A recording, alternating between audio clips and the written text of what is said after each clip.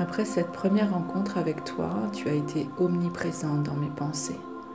Je n'avais plus envie de partir en vacances. Je voulais juste être avec toi.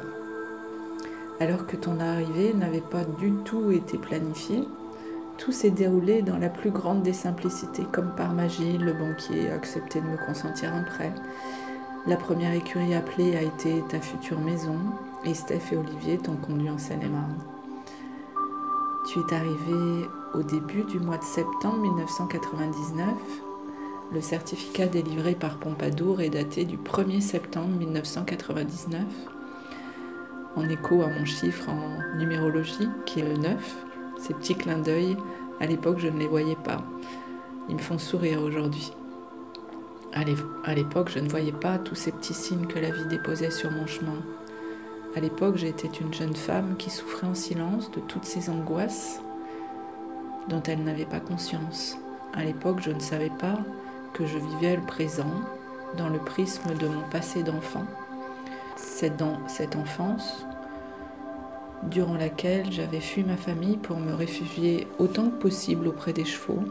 Cette enfance durant laquelle la maladie de mon père, ses colères, ses cris, son sarcasme vis-à-vis de ma mère, son autorité avait été omniprésent et m'étouffait. Cette enfance éprouvée avec tout un tas de manques, d'écoute, d'amour, de tendresse, d'affection, d'attention, colorait mon présent sans que je m'en rende compte. Je pensais qu'elle était derrière moi, cette enfance. Je ne voyais pas, à l'époque, que j'étais restée cette petite fille, d'une nature timide, très réservée dans la relation aux autres, qui avait tout le temps peur de décevoir, peur d'être rejetée, alors qu'elle se pliait en quatre pour faire tout ce que l'on attendait d'elle, et aussi tout ce qu'elle supposait que les autres attendaient d'elle. Ce passé attachait notre relation. Il l'a abîmée au fur et à mesure que les années sont passées. J'ai compris bien plus tard que le mode d'emploi que j'avais intégré pour être en relation avec les autres était en fait celui de ma mère, qui restait muette en cas de désaccord, qui s'épuisait à satisfaire aux besoins des autres sans prendre en compte les siens. Être sage, quoi qu'il arrive, rester en retrait, me faire la plus petite possible, me rendre la plus invisible possible, étaient mes règles de conduite. Ce modèle, il crée une dissonance à l'intérieur de moi. Je ravalais mes émotions pour ne pas ressentir, surtout ne pas ressentir cette dissonance. Au fil des années, je les ai fait taire, je me suis coupée de moi. C'est lors d'une énième crise de nerfs de mon mari que j'ai ressenti que tout mon corps se fermait d'un seul coup, comme si le dernier tour de clé fermait la porte de mon monde. Pendant un instant, je n'ai pas pu respirer, j'ai cru que j'allais étouffer, que mon cœur allait exploser, tellement j'avais peur. Cette sidération m'a frappée. À cet instant-là, j'ai senti que je perdais quelque chose. Je ne savais pas encore qu'une dureté allait s'installer. Ce jour-là, c'est mon cœur qui s'est refermé sur lui-même pour rester en vie. Incapable de dire ce dont j'avais besoin, incapable d'exprimer mes limites, de dire tout simplement non, je me suis cachée derrière une adulte que certaines jugeaient froide et plus tard que d'autres ont jugé autoritaire. C'est avec ce bagage invisible que je t'ai accueilli dans ma vie et que nous avons vécu nos premières années. Sueno, tu incarnais mon rêve, tu étais un messager, tu venais m'apprendre, tu venais me guider, mais ça je ne l'ai compris qu'après ta mort en 2013. Durant ces premières années, j'ai projeté sur toi toutes mes peurs. Je t'ai demandé de répondre à mes attentes inconscientes. Notre relation a été ternie par mes besoins insatiables d'écoute, d'attention, d'amour, de reconnaissance. Tu m'as crié tes propres besoins, mais je n'étais pas capable de les entendre. Tu as tout fait pour me montrer mes peurs, tu as tout fait pour me montrer mes attentes, au travers de tes comportements, puis finalement au travers de ta maladie. Tu étais libre, tu as refusé de te soumettre à cette partie de moi qui se sécurisait dans le contrôle.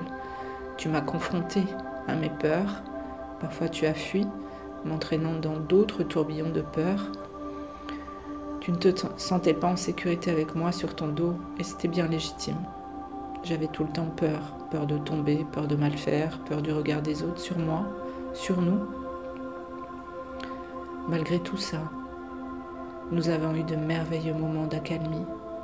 Durant ces moments, tu as pu me faire goûter, sentir, ressentir, éprouver ce que je pouvais vivre dans une relation apaisée. Ces moments de profonde intimité, nous les avions souvent le dimanche matin, alors que tout le monde dormait. Je te rejoignais alors que tu étais encore couché dans la paille de ton box et je restais là à tes côtés, à te regarder, juste à te regarder. Juste tes yeux dans les miens, accompagnés de ton souffle. C'était des moments hors du temps, c'était des moments suspendus, entre parenthèses. Il y avait aussi ces moments où tu arrivais à fond au galop du fond du pré pour t'arrêter à quelques centimètres de mes pieds en ronflant, et ces moments de cache-cache que nous partagions dans le manège. Je n'avais pas peur de toi. Au contraire, dans ces moments-là, j'étais envahie de joie. Cette joie d'être reconnue, cette joie de jouer avec toi, cette joie d'être qui j'étais. Et puis il y avait ces moments-là où la rencontre devenait à nouveau possible, après nos sorties qui avaient parfois été très éprouvantes, tant pour toi que pour moi. Avant que je reparte, alors que tous les soins avaient été faits, tu posais ta tête sur mon épaule et je te massais la tête et les oreilles. Je me souviens à quel point tu adorais ça. Et j'adorais ça aussi. Je respirais ton odeur, ta tête dans ma tête dans ton encolure. Je respirais ton souffle. Nous étions ensemble et le temps s'arrêtait.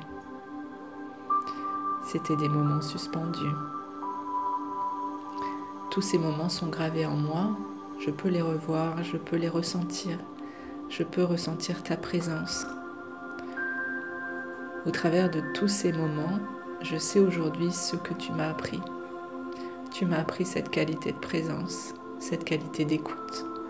Tu m'as montré que j'en suis capable, que j'ai le droit d'avoir ces moments de paix, de plénitude et de joie. Tu me l'as tellement dit à ta façon que j'ai fini par voir tout ton amour pour moi, toute ta bienveillance vis-à-vis de moi.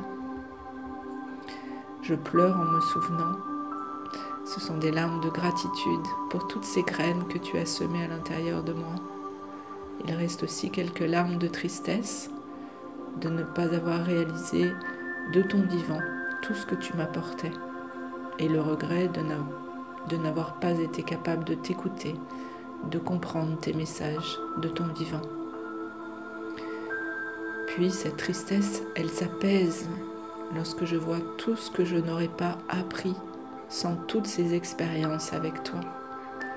Lorsque je ressens ta présence aujourd'hui encore très forte à mes côtés.